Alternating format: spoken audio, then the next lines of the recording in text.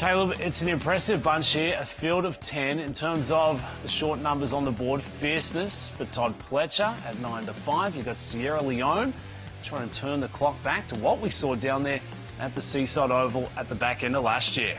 And if all of us said that Mindframe's going to scratch, I mean, Fierceness would have to scratch basically for Mindframe to run. So the one I'm basically taking out. Also, there's a chance that Skippy Longstocking is not going to run in this race. He could be targeting the Charlestown Classic. Well, let's go to the Met Mile here, Dubs. And, you know, Fierceness was coming off a track record in the Ali Sheba. That was his seasonal debut on Derby Week. This one didn't go as well. You know, Raging Torrent got clear. Fierceness had every chance sitting in second. And one thing I will drop an excuse, if you look at two bad races, this was still a good race. It wasn't a win. But Fierceness has never loved a sloppy racetrack. And there's a chance that probably they gave a little too little credit to Raging Torrent. They probably thought, okay, we'll sit off this sprinter and we'll go by late. It just didn't work. But still, second in the end. White Abario was a couple of lengths back. I think this horse will appreciate going back to two turns and, more importantly, back to a fast track. Fierceness, Johnny Velasquez in the irons for trainer Todd Pletcher. Three-time Grade 1 winner. Has gone off as a betting favourite in 8 of the 11 races. So always a popular choice for you players. And 3 for 4 at Saratoga, including last year's Travers. If you go and look back for what we've seen this year, the Met Mile just never really got into that race so early. Used a lot of juice trying to get back into it and just couldn't get across that wire first. So looking for a big bounce back. In terms of the Classic division, you've got to be talking about Sierra Leone. Classic winner from last year.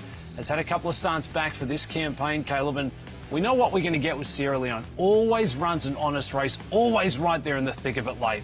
And his 2 races this year for Sierra Leone, both races had a extremely slow pace. This horse wants a fast pace like he got in the Classic. And even though Mindframe starts skiing away, watch Sierra Leone. Horse never stops coming at you, as you alluded to. He defeats the Kentucky Derby winner from last year, Mystic Dan, and a pretty good one in First Mission was third. And before you got to the wire, horse is only down 3/4 of a length. So this is a chance on Saturday, third start of the year. Look, he hit a zenith in last year's Classic. His Beyer speed figures had gotten better every single race. Well, you can't improve forever.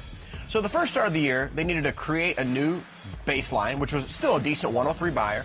That race right there, solid enough, and now we're coming to the point where things should be getting serious. Pace should liven up, and third off the shelf, this horse looking for a nice late stretch kick. We'll be looking to close on him in terms of the run styles. Bit of a contrasting bunch. And White Abario, the 7, could be that question mark of the field. Still sitting there at 4-1. So expected to be top 3, top 4 betting choice. Gets Irad Ortiz aboard for Saffie Joseph.